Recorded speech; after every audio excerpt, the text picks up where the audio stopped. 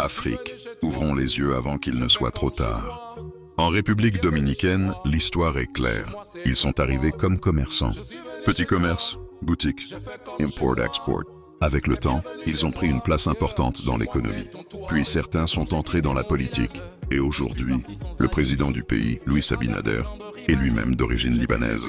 Au Brésil, c'est encore plus impressionnant. On y trouve la plus grande communauté libanaise du monde, venue du Liban. Des millions de personnes, des commerçants, des industriels, des politiciens. Mais il y a une différence que l'Afrique doit regarder en face. En Amérique latine, ces communautés se sont intégrées. Elles ont épousé des femmes locales. Elles ont fondé des familles avec la population. Elles se sont mélangées avec le peuple. Maintenant, regardons l'Afrique.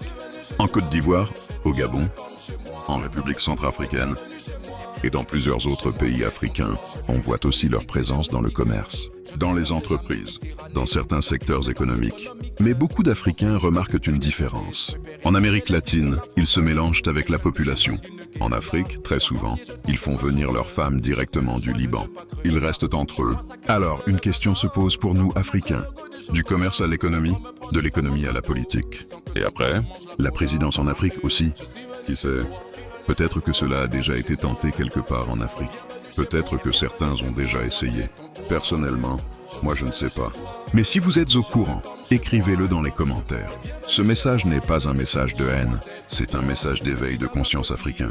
L'Afrique est une terre d'hospitalité, une terre qui accueille tout le monde. Mais l'Afrique ne doit jamais devenir un endroit où l'Africain devient étranger chez lui.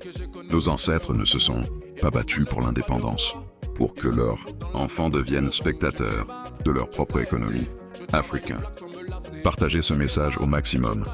Traduisez-le dans d'autres langues africaines et internationales. Parce que le réveil de l'Afrique commence par une chose simple, ouvrir les yeux. Écrit et réalisé par Sambaba.